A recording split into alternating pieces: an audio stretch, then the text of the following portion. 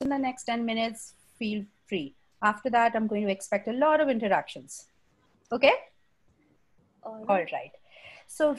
So I always start with acknowledging God and my family and my patients because I'm never winning an Oscar award. So this is my chance. Special mention to Nilanjana because she really, put this together and kind of made me do this as well. So thank you, Nilanjana. And no conflict of interest. Nobody ever kind of pays me to say anything that I don't want to say. So no conflict of interest there. Disclaimers, I do talk a lot, irrespective, but I definitely talk a lot about mental health. So I'm going to really try and finish it by 6 o'clock. But if I go a little over, you guys are going to just have to bear with me. Oh, and also that's my favorite emoji. And everybody I know thinks that that exactly looks like me, color wise, and because I talk a lot. Okay. So what's mental health? Mental health is something that we need. All of us need. This is how I figured out this is my favorite color and I want to wear my favorite dress and my most comfortable dress. I'm speaking to you in a way that I'm speaking to you. Should I be speaking to you in English, or should I be speaking to you in Hindi, or should I be waving my hands around when I'm speaking to you? So every little thing requires mental health. How do I learn? How do I remember? How do I communicate? What kind of uh, answer do I want to give to my partner, or whether I want to fight and how do I want to fight? So essentially, everything that we do on a daily basis is mental health. Mental illnesses, on the other hand, is when something goes wrong in your brain, right? So if the brain functioning is a little is dysfunctional, then you're going to have symptoms of emotions and thoughts and behavior and even physical symptoms for that matter. So it's important for us to, okay. So the reason that I do kind of start with the basic of mental health, because it's very important for us to understand that if we don't understand the normal and if we don't understand the abnormal, how am I supposed to be prepared to take care of myself, right?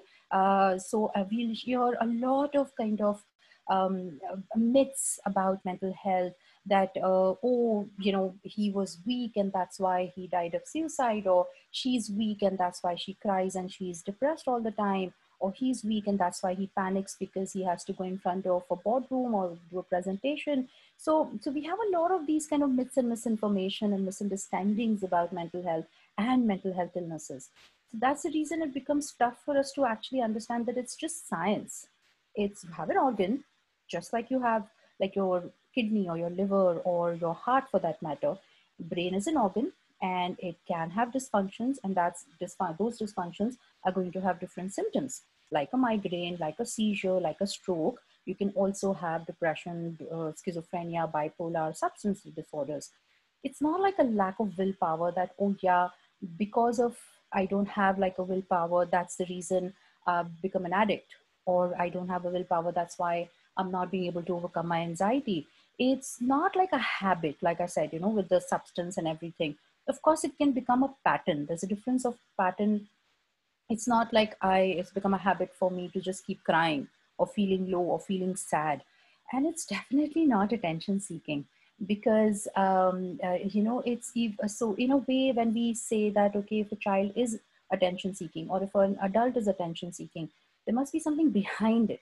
Why else will a perfectly normal regular human being actually fall sick, make themselves fall sick to get that attention? That means there's something definitely going wrong there, right? So the attention seeking that becomes a label is actually probably a symptom that we're misunderstanding.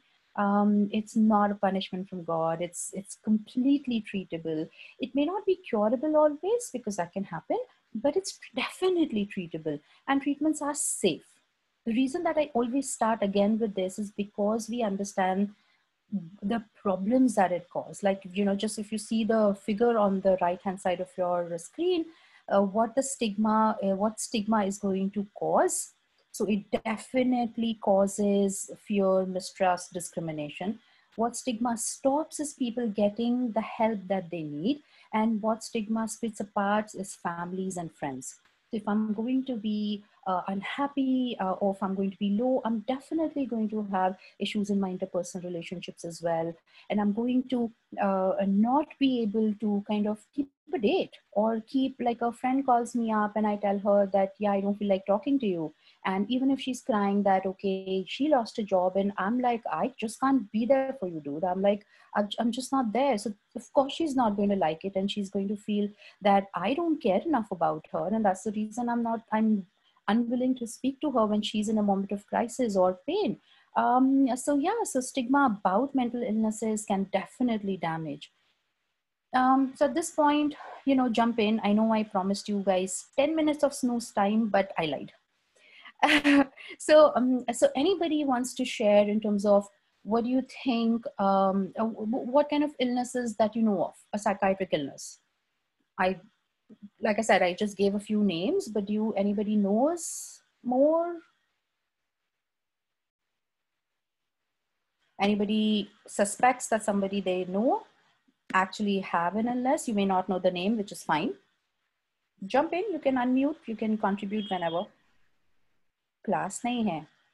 Hand raise bhi nahi karne ki zarurat hai. Alzheimer disease, ma'am.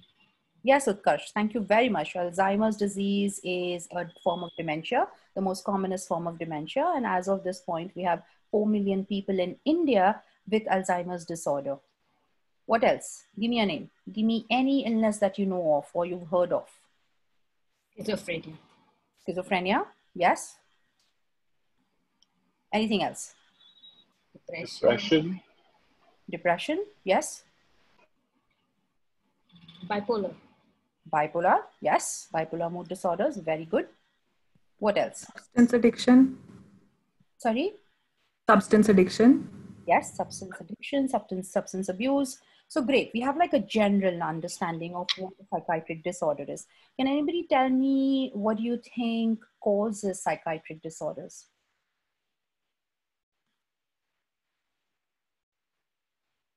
ये तो class लग रही है ना? I think the causes might means overthinking. Sometimes overthinking leads to depression, the kind of things. Means the same thing we will think, means it is like how means something we can't change that, but we are thinking recursively about that, but we can't do anything about it. That way sometimes people might lead to depression, all those things. I think overthinking is the cause, I think. Okay, thank you very much. Anybody else? Sometimes, what is it? Trauma? Trauma, okay. What kind? I don't know, even, what I've seen in my family is like, even just continuous ill health, somebody going through surgery, it's like stress disorder sort of thing. And then it kind of starts translating into other things. Sometimes also chemical imbalance, salt goes down, that kind of stuff. Right. Great. Yes, definitely. Okay. So good beginning. And I think this is precisely what most of us kind of think about mental illnesses as well, because a lot of the times, when he said that, okay, overthinking will lead to something. So a lot of the times we understand that there is a symptom like the overthinking or the anxiety or something, or like I have an exam and I'm just only thinking about the exam. So those are not really causes of mental illness. They are symptoms. Just like a life event is not a cause for a mental illness, it's the trigger. So essentially we need to understand it's a biochemical, neurochemical, neurophysiological disorder. Like I said, just the way my brain has different kind of electricity, chemistry, and all of that in it. So if something goes wrong there, that's when I'm going to have problems. And of course, which may require a trigger, like an external trigger, like a life event, trauma, continuous stress in my life because of illness or something else. And if I have like a predisposing personality of overthinking or getting anxious or needing everything to be in its place, or if I have suffered trauma of like bullying when I was a kid or even when I was younger, older, and also like if it's the bullying is like just happened now once I've joined workplace or something like that. So those are definite triggers that will trigger my genetic vulnerability of having that psychiatric illness. It could be anything. If I have a genetic vulnerability towards depression, I'll have depression. If I have a genetic vulnerability towards schizophrenia, so trauma or something like that can cause schizophrenia. So then we have these risk factors, right? So we say that, okay, because it's so scary when we say 1 in 5 of us are going to have a psychiatric illness, it's very scary. And of course, then we want to know, okay, like if if I have like 6 people on the screen, and like right now because it's minimized, so if I'm okay, then I'm suspecting maybe Abhinav has something, or someone has something, or Nilanjan has something. So how do we figure out what are my risk factors so I could possibly reduce them? Just like if I know if my father has diabetes and I have a risk factor, genetic risk factor of having diabetes, so then what are my risk factors? Oh, I have a sedentary lifestyle because I sit on a desk and I'm working, right? I'm sitting in the hospital and I'm working. I'm sitting in front of a computer and I'm working. Sedentary lifestyle is a risk factor. The other risk factor is that, oh, maybe my lifestyle in terms of my eating habits, and maybe if I don't exercise, my lifestyle in terms of, oh, I drink a lot very often, maybe not every day, or if I smoke a lot or things like that. So we have risk factors.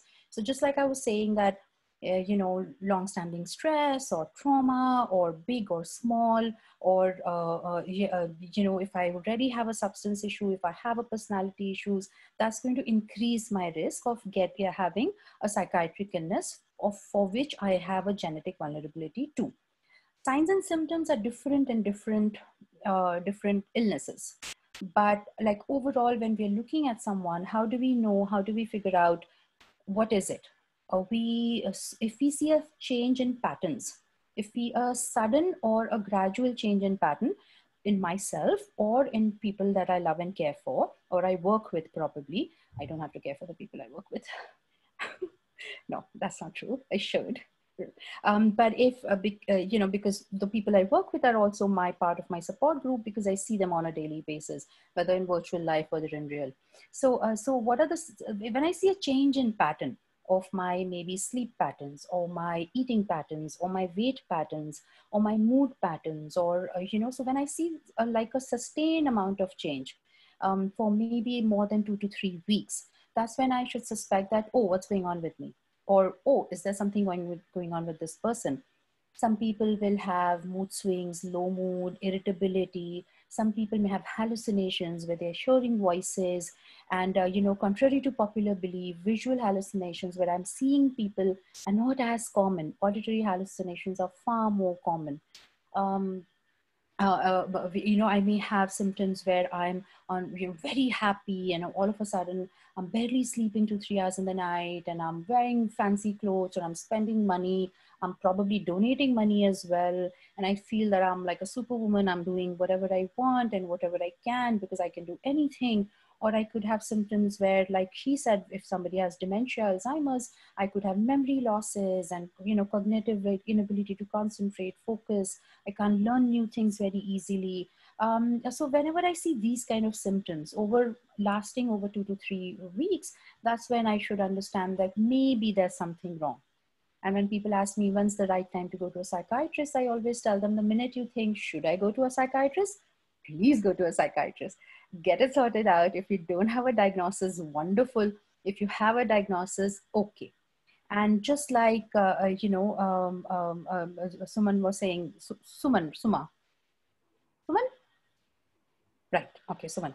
Just like Suman was saying, it's kind of like a chemical disorder, right? So like there's something goes wrong in the chemistry of the brain. There's a delicate balance of different neurotransmitters, different proteins, different carriers. And there is, the electricity, like one signal will come from one neuron, it will go to the other neuron, and the structure of the brain. So all of this delicate balance, when it gets a little dysregulated, that's when you have, then you can have a disorder. And there are various, just give me a sec. I got my chai. Okay. Right. So, so when you see somebody like that, and of course, if you feel that somebody's isolating themselves, somebody hasn't really been talking so much, or they've been talking about what's the meaning of life, having an existential crisis, or that, I don't feel like living, or something like that, those are definite red flags and you can't like just wait. You must take them to a psychiatrist, because suicidal ideas and suicidal thoughts and suicidal actions are a definite medical emergency. They're not something that, oh, let me see if they're okay or if they're not okay kind of a situation. It doesn't work like that. It is a medical emergency and we must treat it as such. When somebody does come to us, what do? We figure out a diagnosis. Based on the symptoms, we figure out which part of the brain is malfunctioning in what way. We rule out other medical illnesses, substance issues, other issues that may be kind of coming as a psychiatric illness. Like a lot of the times we're the ones who are diagnosing migraines and who are diagnosing thyroid and who are diagnosing Parkinson's and who are diagnosing other neurological conditions, even MS for that matter sometimes. So we do diagnose other medical illnesses, rule them out, and then figure out which part of it is a psychiatric thing. Medications are safe. Again, there's a lot of myth around it. Mind-altering drugs, trust me, if we had mind-altering drugs, nobody would be at war right now. So we don't have mind-altering drugs, unfortunately. And of course, therapy is important. And there's a difference between counseling and therapy. Counseling is something like basic advice giving that frankly anybody who has a basic understanding and basic training can give. And therapy is a very structured method of learning how to cope with certain symptoms. So yeah, those are the different modalities. And people always ask me, what should somebody say and what should somebody not say? So somebody wants to go ahead and read these sentences. So just like the first sentence, like, I know how you feel, is something that you don't say. You rather say, I can see it's causing you pain and it's distressing you. So you guys want to read them out loud one by one, or somebody can read out all of them, or one person can read the shouldn't and the other person can read the should. Okay, Abhinav, you will read out the first sentence and Nilanjana will read out the second sentence. How about that? I'm going to put you guys to work. I know how you feel. What you should say instead is, I can see it's causing you pain or distressing you. Second one. Okay. Oh, I thought there were multiple people. Okay. I was depressed too when XYZ happened. Instead, I've been sad, but I don't know what you are going through. Let's talk. Do you feel like talking about it? It's all in your head. Let's go ask a professional. Why aren't you doing something about it? I am here when you're ready. All I need you is to think positive. How can I help? That is funny. How long are you going to do this? Let's take this one day at a time. Okay, we need more volunteers now. We've tortured. He's actually clapping. Oh my God. So 2 new volunteers. One will take one sentence, the other one will take the other one. Let's wake up, people. I can take one. Great. Thank you very much. I can take the second one. I can be second. Great. Go ahead. Why don't you talk to me? If you don't want to talk, it's okay. Let's just sit here for a bit. Just have it worse and they are fine. Everyone has their own challenges. Let's talk about yours. Doing XYZ will help. Okay, she's disappeared.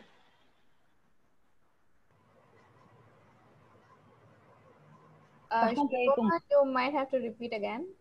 Oh, I had said it. Doing XYZ will help. Can you guys? Shall I go on now? Yeah. Okay. You think doing XYZ will help. You want help with that. You don't need a doctor. You can fight this.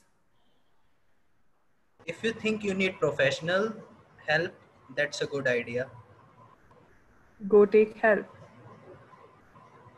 You want me to help you set up an appointment? Go with you?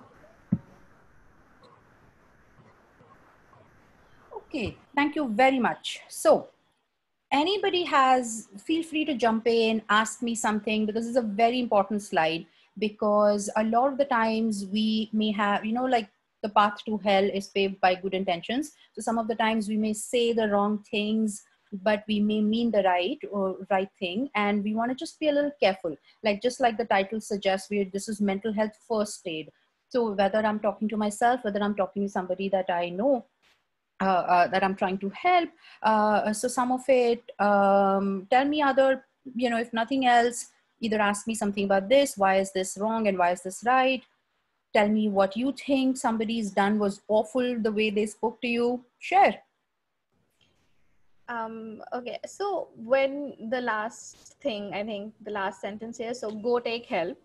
I mean, obviously that's a very direct way of saying it, but like other than that, why would go take help not be a helpful thing to say? Right. So of course, in this instance, we've kind of like, so we're going to say that, oh, why don't you see somebody for this, right? We've said that before. Let's go ask a professional. Why don't you go see somebody, that way? But when we say that, okay, go take help, sometimes people use it in a very derogatory way, right? And also, sometimes a person might, if somebody who has psychomotor retardation as part of their depression, you'll be like, yeah, go take help. And they'll be like, yes. Because when you talk to people with depression, they'll tell you, I know this is my problem. I know I should go take help, but it's difficult for me to even lift a finger. I know physically I'm fine, but mentally I'm so drained out that I can't really go. And I'm not motivated to even take a shower, and going to the doctor is impossible. So that's the reason, sometimes it becomes easier that, you should take help. Do you need help? I will help you set it up. So then they might say that, no, I got this and don't worry about it, or I've already, taken an appointment or something like that. So that's the difference. Because also it's also like, in a way, very like kind of victim blaming that, oh, you're not taking help. Oh, you should know better and you should go for help. So sometimes that's just not possible. And a lot of the times people might not have the insight that they definitely have an issue. So if I just keep telling you, go take help, you need help, they will actually look at that like as a fighting thing, instead of really listening to you, that you might actually mean it, that you're seeing something that you're not happy with and you're concerned. So that's why.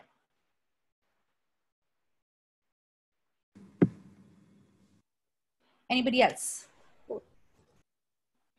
What if you know about someone who really needs help and is mentally unwell, but they refuse to take help at any cost? Excellent. So what do you think we should do? Anybody? Let them be. Sorry, let them be? Yeah, let them They just keep getting worse be. like that, means they're not treated. Well, what if this is somebody that you love and you care for, or, a family member or a friend or a partner? How do you let them be? I mean, let them be, as in just be around, express that you are available, but that's all. Yeah, definitely. So let them know that, that I definitely think that something's wrong. I definitely think we should get it checked out by the doctor. I will, borderline insist on it. If you want, I'll take an appointment for you. I'm going to wait for you when you get ready, and I'm going to show up until the time you're not, till the time you're ready. Of course, like in a nicer, milder manner. But if there is something like suicide involved, you definitely don't want to wait. And because that's one time where you don't really need to kind of like wait for permission, or because like I said, it's a medical emergency. When someone's dying of a heart attack, we don't take their consent कि ambulance बुलाऊं, कौन सी company का बुलाऊं? We don't ask them that, right? So the same way, when there is somebody like in a dire situation like that, yeah, that's when you want to not wait and go ahead and take that step. Yeah. Okay. So again, suicide prevention. So don't be judgmental, don't be patronizing. I kind of have to put this slide like everywhere, not only because it's a medical emergency, because of the nonsense that has been going on in the media forever. I don't care which election is going on anywhere, but they have done a huge disservice to mental health, unfortunately. So, you know, when people say that I'm thinking of suicide, or I don't think while life is worth living, I feel useless, I feel worthless, it's better if I die. You know, don't be patronizing, definitely don't be judgmental. Don't argue with a suicidal person. Ki, how can you be suicidal? How can you feel like this? Arey Baba, just accept that they're feeling like that, right? You want to not kind of like say that it's not possible only for you to feel. Like, we've seen nonsense on television, and like I don't read news on Twitter, I don't read newspapers, I don't watch news on television. Even then it permeates down to me what all nonsense has been going on. Oh, he was laughing yesterday, how could he have you know, died of suicide today? I'm like, but you know, I can be laughing like 5 minutes before, and I can go ahead and kill myself by suicide today, right now. So you know, so simple things like that, don't act surprised. You know, and don't tell them that, yeah, you can confide in me. And when I tell them that you can confide in me, then I say that, acha, maine to usko bol diya, I'm not going to say anything. But now that the suicide ka usne bola hai, so of course I have to keep that secret. Especially when they are younger, no, when they're teenagers, it's a little difficult for them to distinguish what secrets do they keep and what secrets they don't keep. So if you know someone with a suicidal idea, definitely not a secret. Like I said, you know, you don't let a person with heart attack just lie there and die. You don't tell them that, acha, tune mujhe bola hai tujhe heart attack ho raha hai, you're my friends, have to keep your secret. It doesn't work like that. And you know, Abzin, don't ask them to justify their suicidal feelings. What have you got to feel suicide for? Tell me, what are the reasons that you want to you know, you feel like dying? Sometimes there are no reasons, you see. So when you're trying to make them justify all of that, they'll shut down, they'll smile in front of you, tell you bye bye, and then go ahead and kill themselves. So you don't want to do that. And you know, and you don't blame yourself. I'm a psychiatrist. Unfortunately, I have lost patients to suicide, and they're patients, so clearly they're under my care. Now, of course, I can't do anything about it. If they went off medications, didn't follow up, and you know, I couldn't do those things. Do I feel bad about it? Yeah, you know, the patients that you lose are always closer to you. They're always in your heart. Having said that, I can't necessarily blame myself for somebody having died of suicide, or even for somebody having suicidal thoughts, because again, these are genetically vulnerable conditions which can get triggered by a number of things. So even if I fight with you and you're my partner and you might start feeling suicidal, it's not something that it's my fault necessarily. Of course, I might want to shut up and not fight with you and actually try and repair the relationship and help you out, and all of that is a different thing. And definitely don't make it about yourself that, oh, you are feeling suicidal. Did you even consider what will happen to me when you kill yourself? Arey, it's, you know, like, not so much drama, please. Like, you know, don't make it about yourself. And yeah, you know, there are a lot of things like let the person know that you're concerned, listen attentively, and also empathetically. That means no judgment.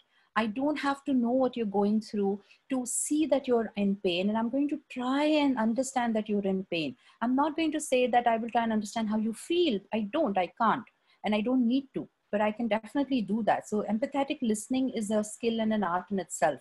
And yeah, again, be careful of the statement that you make and follow up on them. Even if like they're not actively suicidal and the psychiatrist has said that they don't need to be admitted or anything like that. So the risk assessment has been done and they're not a threat to them today. But having said that, just, you know, keep an eye, keep checking, how you doing, how are you? Sometimes ask, oh, how are your suicidal ideas? At what rate? Like, you know, are you doing okay? Are you still getting them? Asking directly is a good thing. Don't shy away. Don't get scared of it. Yeah. Okay. And of course, the media should be flogged, because there are definite do's and don'ts. And the reason that I add this, even when you guys are not media, is because all of us are media. We post stuff, we share content. So whatever we post, put out on social media, your media. So if you're sharing pictures, I have legit unfriended one person who is a doctor I kept telling him that, listen, you've put this photograph of somebody dying of by suicide by hanging. That's not okay. Remove it. I kept telling him, gave him 12 hours to do that. He didn't remove it. I unfriended that guy because he has blood on his hands. Because behind one person who dies of suicide, we know 19 people have already attempted it, right? And if somebody in my vicinity, whether somebody I know, whether it's from my class, whether it's my colleague's husband, my colleague's child, or somebody, so if they are even in my known circles, if somebody has died of suicide, my risk of dying of suicide increases. So naturally, when I see things splashed around on news, or I'm getting these WhatsApp messages of the ligation marks and all this and that, you know how, like, even, you know, maids in the house, and my mom doesn't like listen to news and all of that. She reads one occasional idhar udhar newspapers, and she's like, ये इतने all of a sudden सब लोग फांसी लेकर कैसे खुदकुशी कर रहे हैं? And then when I explained to her कि हाँ, this is suicide contagion, she's like, हाँ, ये तो सही बात है तुम जो कह रहे हो, वो नकल तो करेंगे ना. So we like copycat suicide is very, very common, right? And so yeah, we need to be careful of that. Okay, so now I know we kind of missing on time. Having said that, so when we are talking about self-care, especially because of lockdown and everything, self-care is very important. Developing emotional intelligence is a very easy way of managing your emotions, managing your relationships, simple things, right? Yeah. So when we talk, so I'm not going to really go into too many details on this slide, just because we are going to talk about different things with different people. And I'm going to, like, you know, then take questions and question answers and everything. So I'm going to stop sharing now. And yes, right. So at this point, does anybody have any questions, or should I go ahead? I had a follow-up question. Mm-hmm. I had a follow-up question. Yes, yes. Yeah. So you had said that, yeah, correct. So you had said that we should insist politely and be there for them and tell them that when you need me, I'll be there. But what if this is a person who is completely unwilling to go? Like, let's say it's been a long period of time. And you said that in case of emergency, we should intervene. But what if that person says that they will threaten legal action if you intervene? So in that case, you don't want to put yourself in trouble, but you don't want them to be in that situation as well. But there are extreme cases. So we're talking about different things. We're talking about suicidal idea, attempt, behavior as a medical emergency, in which case you're not legally, like, you're not breaking any laws. Yeah. But if you have schizophrenia and you tell me you don't want treatment, and I insist and I call an ambulance and take you to the hospital, yeah, that's like, I'm trying to get you to administer medical attention to yourself without your consent. So consent is paramount. So even if you have schizophrenia with no insight into what's going on with you. So there are differences there, difference between like a person having a somewhat chronic illness, and a difference between somebody who needs medical emergency. Like somebody has a heart disorder, has heart disease, but they don't have a heart attack. So there's a difference, right? With somebody with heart diseases, you'll be like, you know, go to your doctor every 4 months, get your regular ECG done, get your blood test done, you know, diet, exercise, blah, blah. You're not going to say that you need to go to the doctor like today. So the same difference between suicidal emergencies and other issues. But if it's a mix of everything, if they're suicidal, but they're also depressed and lots of things, they're addicted to substances as well. It's a combination of several things. Well, yeah. So again, it depends on like a particular situation, how bad it is. There are provisions under the law where there is provision for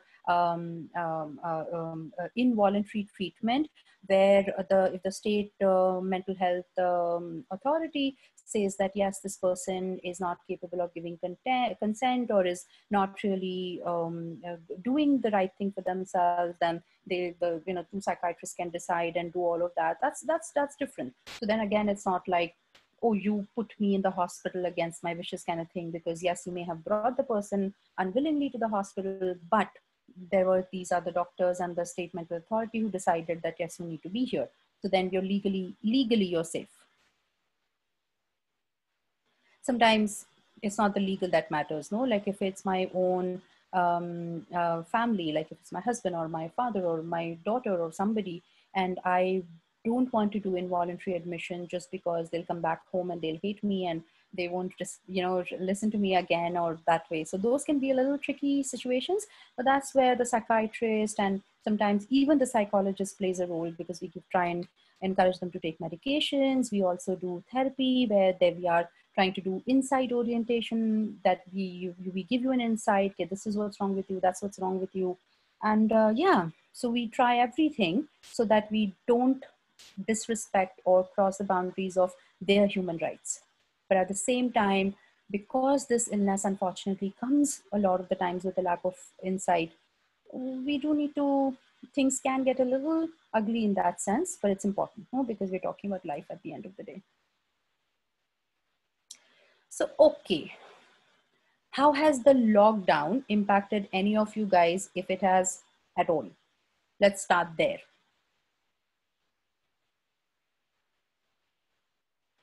So if people don't volunteer, I will pick. Don't worry. At random. दीपक, तुम बताओ कैसे हो, क्या चल रहा है, ठीक ठाक? So what's been the best thing and what's been the worst thing about lockdowns? I think during the initial couple of months, I experienced a lot of anger. I'm sorry, I can't hear you very well. Can everybody else hear him? Yeah, go ahead. Can you hear me fine now? Yeah, okay. Yeah, so I was saying that in the initial couple of months, there were instances where I felt a lot of frustration and anger, which is not my usual self. Usually I am able to stay calm even under situations which incite frustration or anger. So that was a new thing, or a new you can say experience for me. And yeah, those were the instances. How did you manage your anger and irritability? Probably by closing myself. Sorry? By closing myself down, separating, not talking much in those moments. Usually those are momentarily, and I could see where it is coming from. So yeah, they just I could they just faded away basically. Right. When so that was something that I that happened in the lockdown, which was new to me, and which I did not like much. Apart from that, what I liked, I don't know what I liked. All right. Yeah, nothing stands out basically. Yeah, like okay. Apart from this, everything else is fine. So yeah, you can say everything else I liked. Good for you. Who else? Or somebody else had the exact same thing, irritability, anger? Actually, lockdown helped me, I think so. Lockdown helped? Helped me. In the lockdown, I can say that I used my time very, very nicely. I acquired so many skills. I can say that right now also I can feel that really lockdown helped. But I used to feel only one bad thing, that always I used to be in a single room. I used to feel like, I want to go out. I want to feel that air again. But only that thing was not nice to me. But everything went very well to me in the lockdown. I was happy about lockdown also sometime. So he's happy about the lockdown, and he's managed to do a whole lot of things. He's spoiling the curve for all of us. He's one of those people who always ask for homework. Not that kind actually, but I always wanted to acquire skills to improve myself. so that I think No, that I'm helped just me. joking. I'm completely joking. Thank you Yeah, very yeah, much. yeah, I got it. And I got it. that's a very nice point, Riz. You see that, yeah, a lot of us have felt, I definitely have patients who have been patients from before, and the lockdowns really helped them a lot. Like, so that's the reason I asked Deepak as well, what was the good thing and the bad thing? And that's important for us. That viewpoint of life is important, no? That where do we find our balance? Because if we only look at that, okay, only the positives, I'm only looking at good things happening in my life, then it's like, you know, the lion is standing in front of me and I'll be like, "Arey, kitna cute animal hai, uske baal to dekho," and then I'm all happy and he'll come and eat me. So at the same time, there's no lion and it's just a picture of lion, and if I get scared and I'm like running away, again, that's not okay. So finding that, looking at your life, looking at yourself with that balance is important.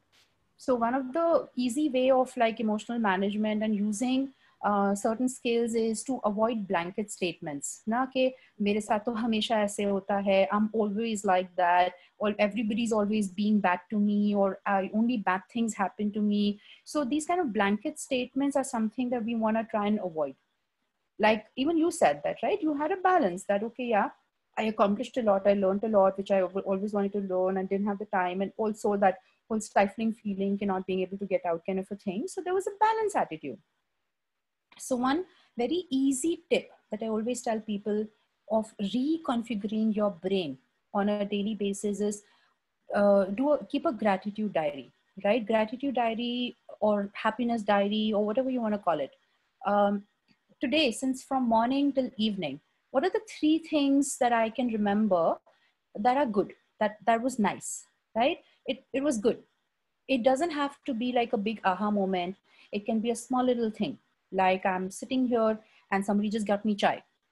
I didn't kind of ask for it also, and it just came. So I was like, "Arey, acha hai, baithe baithe chai mil gayi thi mujhe to," right? So that could be one moment. The other moment could be that, oh, I was just like looking for my whatever through my phone, and I saw this cute puppy video or a toddler video or a laughing baby video or something pleasant, or like I saw this gorgeous dress or something or the other, right? And something that maybe I did something that, yeah, I mean, I thought of this friend of mine and I just called her up, or I just messaged her and checked on her, and she was incidentally like very happy to hear from me because she was feeling whatever she was feeling. So when I also pick on positives on a daily basis, and if I do it consistently for a good period of time, what I'm essentially doing is I'm training my brain to also pick positives. The reason I'm saying also is because if something bad happens, you will know. You are not going to forget it, right?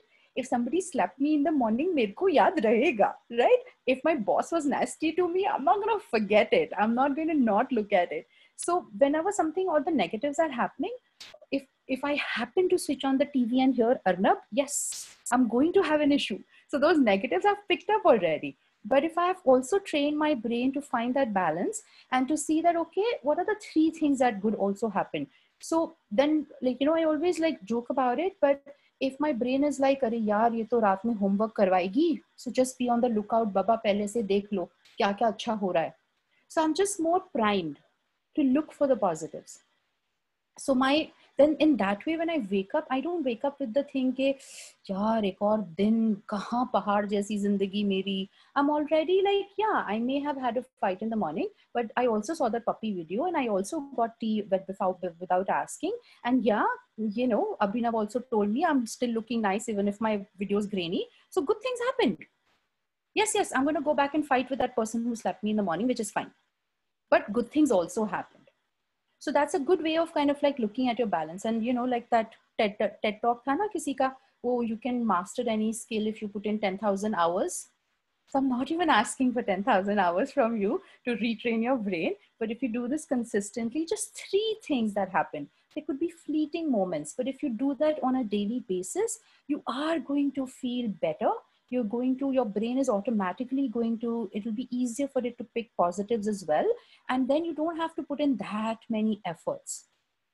And like how Deepak said that he was struggling with irritability and anger, right? So he said that at that time he shut down and he stopped communicating or isolating himself momentarily, and that helped. So I guess what he was trying to say is that at that moment he postponed his angry behavior, not that he shut himself off emotionally.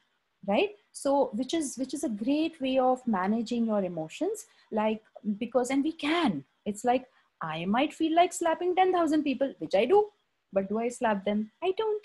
So it's possible for me to have some kind of control over my behavior, right?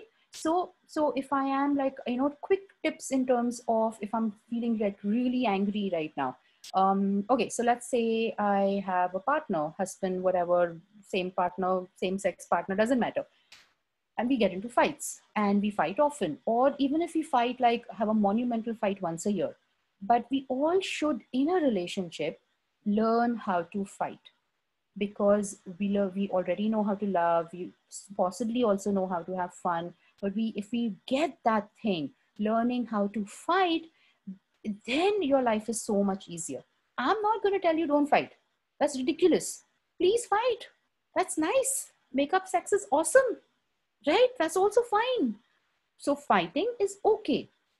Fighting is also in a way, can be progressive, because you've gotten, like, figured out some conflict resolution happened, figured out something new and progressed. So what do? So Sasta Sundar Tukau method. Pick a spot. Like where I'm sitting right now is a wonderful spot. It's my favorite chair. It's very cushy. I just sink in. When I'm sitting like this in here, it's very difficult for me from here to like yell, or to shout, or to raise my voice, right? Because then I'm going to have to sit up like this. So I'm going to be like, no, I'm going to have this difficult conversation with him. I feel like throttling him. So I'm going to put my back to my chair. I'm going to be comfortable. I'm going to make him sit on that comfortable chair, or, a bed, and put an extra blanket under his bum so that he's also comfortable. And I'm going to tell him also to put his back to the wall or the the headrest or whatever it is. And we are going to talk then. So that, so if I find myself standing and I'm arguing, I'll fatak se sit down, continue arguing, no stopping there, but I'm going to sit down. If I'm still arguing, I'm going to put my back to the chair. So one time, this young school-going kid asked me, "Doc, I understand what you're saying, but you know what? I get angry in school in recess, and we're outside playing." So I'm like, "Okay, can you find a wall to prop yourself up? Can you find a tree to prop yourself up?" And he's like, "Yeah, I can do that." And I'm like, "Yeah." And then can you put your hands in your pocket? Like style se khade raho type, striker pose kind of thing. And he was like, "Yeah, actually that makes sense. Like, yeah, do that. Anyway, that other person is going to be intimidated. Ke ye to bada chill banda hai, and ye to aaram se khada hai. So no matter what I'm going to do to provoke him, he's not going to get provoked. Waisi intimidation ho jayega, right? Because so if I'm sitting in a comfortable place, if I'm changing my posture, that automatically lends me some control. I'm not going to raise my voice. I'm not going to kind of like argue over somebody. And of course, I'm going to listen, like, or at least pretend to listen. And at least that other person gets something off his or her chest, right? So simple things. If I know I'm going to have I'm going to be here for some time, so I'm going to get a glass of water. I'm going to take a sip. Twirl that sip of water in my mouth. Swallow. Just by doing that action, I'm delaying my reaction, right? And I'm also kind of in charge of myself. And that also gives a cue to the other person that, okay, she's clearly trying to be there and trying to have a conversation. And then if she can control herself, I should also be able to control myself. It's a natural competition. Everybody wants to win an argument. So if I'm cool and chill, the other person also wants to be cool and chill. Because you know what? He can do it better. He can be cooler and chiller. So that's what happens, So try and do that and learn, figure these few things out. So many times, sometimes I even suggest that, okay, if you're going to argue so much, put a timer. Half an hour, that's all you get. After that, when the timer goes off, you bloody shut up. Pardon the French. There's one word that I haven't been able to get out of my vocabulary yet. So time it, right? And like how Deepak said that I shut down, I close down. Okay. It's okay for you to postpone the argument, but it's not okay for you to say in the middle of an argument that, okay, I can't take it anymore. I'm going out for a walk, because then you are leaving me dangling here all frustrated. You can say that, okay, listen, I'm really hitting my edge now. I know we want to talk about this, and I do see that you want to talk about it further. Can I go for a walk now and we come back and schedule this for 8 o'clock? And then you stick to the schedule. So these are simple things that you can do, that you don't become passive aggressive. You don't conveniently just go for a walk or go sit in the room or scroll through Insta for half an hour, become chill, and then become like all sanctimonious with a halo around your head that I to conquered my anger. It's you're the one who's still stewing in your own juices. So you don't want to do that. You don't want to be a passive aggressive with anybody, whether it's my child, my parent, my spouse, my partner, my colleague, or anybody.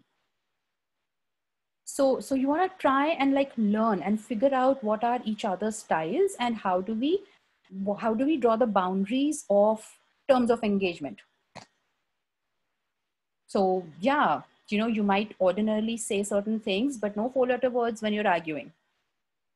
And try and argue when you can't use four-letter words. Trust me, you're going to have to use words, and that's actually going to benefit you. So put in a little effort, but it's going to happen. So what else? What else is really challenging during the lockdown?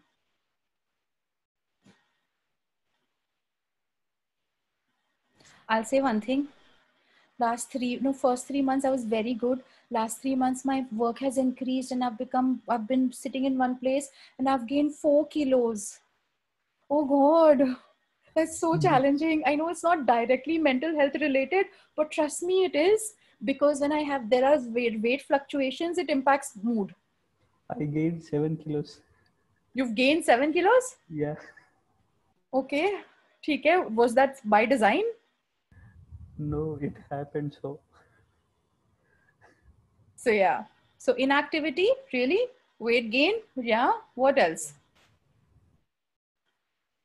I think for me, it's been just having to spend like a lot of time at home with my parents, because I am like, it's not like I don't get along with them, but there are some things where we don't see eye to eye, and it's just been a lot of that. So it just got very frustrating after a point where I was just like, things improved for a while. Like it was like childhood again, with all of us living together, and all of those nice things happened, and then it sort of started to dip ki ab zyada ho raha hai, this is too much family time. So yeah, that was one of the things that happened. Are you guys getting enough alone time where you're not working and you're not engaging with family, or you're just half an hour, just your time at least? Or getting too much of alone time? No, so now we've still started like coming to office, like 1 or 2 people, and I was one of the people who just decided that I'm going to like keep going so that I can just sort of keep that time separate, or sort of reduce the amount of time that I'm spending at home. So yeah, but during those times, I think even when I was not like directly talking to them or not just spending time together with them, but it's their house, their rules, so it just becomes a little stuffy, I would say. And just like, so anyone else in a similar situation, living with parents, their house, their rules situation? Nobody else? Nilanjana, they're completely abandoning you. They're telling you that's only your problem. See? No, it's my problem. Sorry, whose problem? Simran. Okay. Simran. Right. So yeah, family can be tough, isn't it? So sometimes I remind myself that, thank God it's my mom, not my mother-in-law. At least I can say something to her. So sometimes I'm like, I have to clutch at these silver linings somewhere, something. But yeah, parents can be tricky. And I tell teenagers all the time, I know you guys are not teenagers, but I tell them that you better figure out how to handle them, because you're going to have to learn to do that sometime or the other. We have desi families and we have desi family dramas. Nobody's exempt for that. My nephew, just when we were starting, he's 25 years old. He's a doctor. He's a resident, in fact, in medicine and COVID ward right now in KEM. And I messaged him saying that, listen, your mother put up your picture on Facebook today. You're not wearing a PPE. Where are you posted? What are you doing? Because I was like, why are you just in scrubs and not in PPE? Like, dude, like, take care of yourself. And he's like, forget about why he's not wearing a PPE or whatever. He's like, why does she do this? Why is she putting my picture like this? And I was like, it's okay now. It was a nice picture. You were looking nice in it. Consent naam ki bhi koi cheez hoti hai. So all of that happens. But how do we then learn how to negotiate these relationships? It's easy to negotiate. How do we fight with a partner or even with a child? But it's a little difficult to negotiate that with how do we handle our parents. So yes, some spaces are good and getting out of the house makes a difference. So even if you're working in the house, go out for a walk, if it's possible, if it's safe enough, it's hygiene enough, take some time off, definitely go speak to your friends or hang out with somebody else, possible go on a date, virtual or real, doesn't matter. And try and not get into each other's way a lot. And when you do get into each other's way, and you do have to talk to them, draw your own boundaries. Like, what am I not going to allow myself to do? I don't care what they do because you can't control them anyway. So that's the reason I don't care what they do, because I can't control them. So I am going to draw my boundaries. I'm not going to allow myself to do this. I'm not going to allow myself to do that. So figure out what you want to do. So that way, at least you feel that, yes, their house, their laws and their rules, but my brain, my tongue, my hands. So those I can manage and control. And again, like I said, if I change my behavior, that's the only weapon I have of maybe them changing their behavior. And with parents, it's not only just words, right? Like I might tell my mom I'm happy, but she won't accept it. So I have to show it to her that, see, I went here, I did this, I wanted to do this and I did this finally, I'm happy. So then she's like, okay, meri beti khush hai. So you have to kind of back up your words with action also, especially with parents. And when you really feel like killing them, just remind yourself, they're parents. They may show that they have the lash, but essentially they are scared puppies because they're always insecure that you must not be happy, you must not be eating well, you must not be doing the right thing, you must not be getting paid so much, you must be working too much, or why is your room green? It should be blue. Because they will always think that they know what's best for you. Anybody who's a parent now, right now, amongst in the group? Okay, so you kind of know. Anxiety is your jam. That's your sweet spot as a parent, right? And so it's so difficult for them to let go of anything. Even when we were little, they would want to feed us so that khana barabar se khaegi. If they let me feed myself, aadha khana to bahar jayega. But they did that.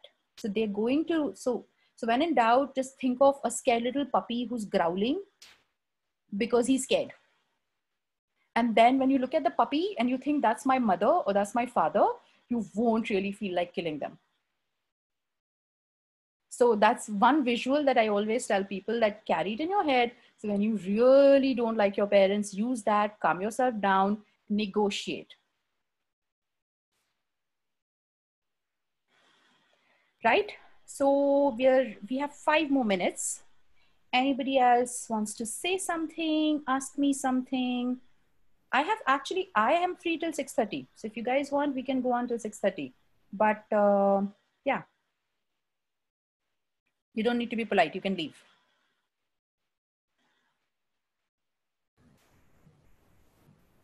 Right. So how do you identify if somebody needs help? How do you identify if somebody needs help?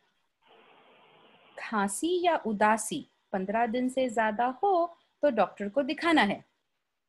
तुम लोगों ने एक podcast भी किया था, मैंने उसमें भी बोल दिया. Because so again, like I said, if you think there are changes of patterns and you think this is unusual for this person, or even if this person is somebody new that you're seeing and you feel, but this is so much in my face, so much passive aggression, so much of isolation, there must be something wrong. There could be something wrong. So ask direct questions. Are you feeling okay? Do you think something's bothering you? And if they say no, why? So you say that no, because, I don't know whether you've noticed, but I'm noticing this. So sometimes they might really not notice that these things happen. And a lot of times people come and tell me, "Mujhe to pata hi nahi laga." Only when my family or my friends said that, you know, this, you've been doing this, I realized that, what you're saying is true. I have been doing this. So any change in patterns, any kind of volatileness, any kind of abruptness, yeah, you might want to just go ahead and ask things. And there are a lot of self-screening tools that you can use. Like for depression, one of the simplest things that you can do is PHQ-9. For anxiety, there's Beck's anxiety scale. There are even, you know, there are a lot of kind of self-rating scales. There's wonderful tools for internet addiction and mobile addiction. Because yeah, you know, in spite of us being 24 hours online nowadays, we are still scrolling through whatever we are scrolling through, right? So it could be an addiction as well. So you can use these screening tools. You can encourage them to use these screening tools. There are even proper ones that you need to pay for. And if you feel that, okay, yeah, a screening tool is not a diagnostic tool. A screening tool is precisely that, it's screening for something. So once the screening tool comes up with some, some points, okay, go ask a professional. Worst case scenario, you might need a little help. Best case scenario, okay, nothing's wrong with you. But we do a physical thing, right? We do, like if you're young, you do blood tests and everything at least once a year. If you're a woman, you at least go to the gynec once a year. If frankly, you should go twice a year, but at least once a year. If you have specs, you're going to go once a year here. Everybody has teeth. We should go to the dentist once a year. If you guys are not doing it, please do it. That's just normal, regular things that we need to do. So if you also go to a psychiatrist or a psychologist for that matter, even once a year or once in 3-4 months, just to check in, just to talk, just to say something, what's the problem? I know I do have a lot of young people. Thankfully, they don't have issues. They don't have disorders, but they'll come in once in 4-5 months. They'll just tell me this happened and I did this and my friend said that and I said that. What do you think? And I'm like, yeah, maybe next time try this, maybe next time try that. And they're good. So sometimes you just need that kind of like objective kind of viewpoint of yourself from others' point of view as well. So yeah. And if we normalize talking about mental health and we normalize just going to talk to somebody, you don't have to have issues. You don't have to have illnesses. Then it's great. Then it's fine. And if something happens, then you're better aware of it, no? Like हमें मालूम है कि खांसी होगी तो TB हो सकती है. So then we go to the doctor, no? So if we know कि हाँ उदासी हो सकती है and anxiety हो सकती है and these could be disorders, and it's not like I'm going to start labeling everybody, no?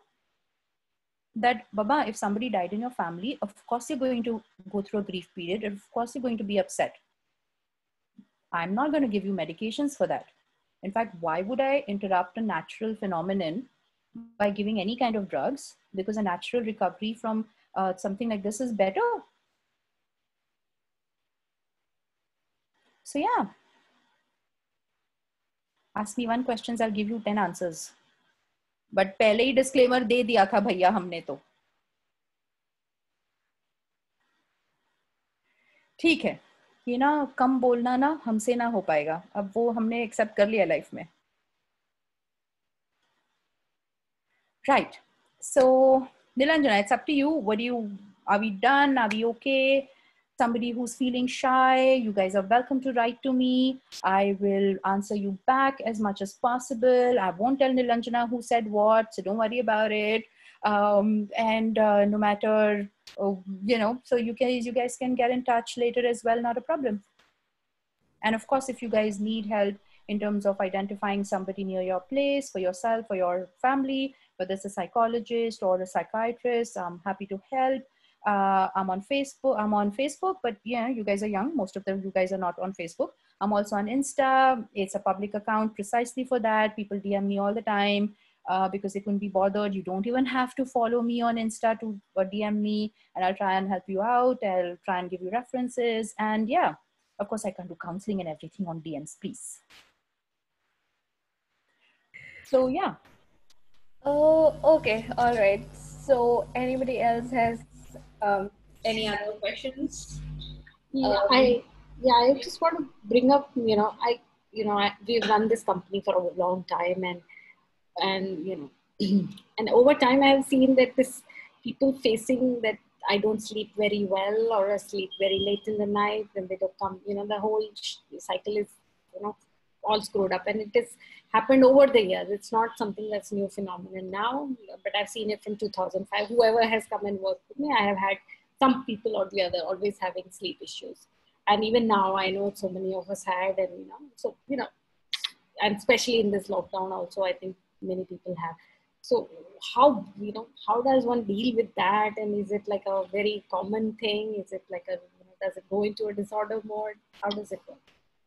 So sleep disorders, unfortunately, are quite common, but though for the disorder to happen, it takes a certain amount of clinical correlations. But sleep dysregulation, where someone's sleeping late and having to wake up early, especially during lockdown, a lot of people are complaining about, I'm sleeping late, I'm waking up late, I don't want to sleep so late, I would rather wake up in the morning and exercise and all of that, and it's happening. So it's going to take a little bit an extra effort than usual. Then last year, we didn't have to apply so much of efforts on sleep hygiene. So you can actually Google sleep hygiene tips and follow them and try and follow them. If it's not happening and you're sleeping adequately, but you're not sleeping early, or you're having a delayed sleep or disturbed sleep or early awakening or things like that, you definitely want to consult a physician. You don't want to take sleeping aids unless and until the doctor says it's okay for you to use them, and for how long, because sleeping aids can be very addictive, and they can, in fact, in the long run, ruin your sleep architecture because you've been using it for so long and you shouldn't have that kind of a thing. Also, in the lockdown, what we do see is kind of like a variation of seasonal affective disorder, just like how he was saying, just that I don't have fresh air to breathe as such. So seasonal affective disorder is where, in Europe and other Western countries, typically, where they have only 4 months of summer, not even sunshine, just 4 months of summer. So they have a lot of there's no sunlight, people don't go out because of the weather. So because of the lack of one natural element of the sun and the sun rays, there is a mood disorder. You can feel sad, and you can feel low energy, and you can feel lethargy and low motivation, and definitely sleep issues as well. So because of the lockdown, and because we're stuck in front of the computer the entire time, and there's, we're living in white light instead of bright sunlight outside. So there is a lot of disturbances. So if the regular sleep hygiene, getting some physical activity, eating a little healthier, if all of these normal healthy lifestyles are not working out, you definitely need to see a doctor, and then maybe, figure out what you need to do, something maybe temporary, something a little long term. But yeah, try all of that out. I mean, you do need to exercise a little bit, because when you're exercising, it's not just about that, oh, I need to be thin. It's also about the neurotransmitters that get released when you're exercising are important for the normal brain functioning of your body. So yeah, you also have to rule out if somebody's just faking it. Okay. All right. Any other questions? Anybody else? No. अरे इतने अच्छे से समझाया है, सबको सब कुछ समझ में आ गया. No problem. Yeah. और हम बड़े तेज लोग हैं, बहुत तेज तरार लोग हैं, सब बहुत इंटेलिजेंट है, सब कुछ आ जाता है हमको. Sure looks that way. Okay. All right. I think I think that's about it then. As she said, if you guys have any questions, just you can reach out to her directly and sort of take that up. But yeah, sure. I guess thank you everyone for joining, and especially Dr. Syeda for joining and sort of sharing all of this. And it was a bit of a class at the beginning, but I think it's turned out pretty great. नहीं, मतलब ऐसे मखमल में जूता लपेट के मारना ही है तुमको. अरे हद है यार, जाते जाते शुरू में मैंने तारीफ इंटरप्ट कर दी थी, जाते जाते पूरा कर देती. She. No, I'm just kidding. Thank you very much. Job next time. Thank you very much. It was lovely speaking to you guys. I'm always happy about talking about mental health. Look after yourself, look after the people around you, and yeah, learn mental health first aid. Yeah. Bye. Thank you. Bye. Thank you. Bye. Bye. Thank you. Thank you. Bye. Happy birthday. Have a good weekend. Yeah, you too.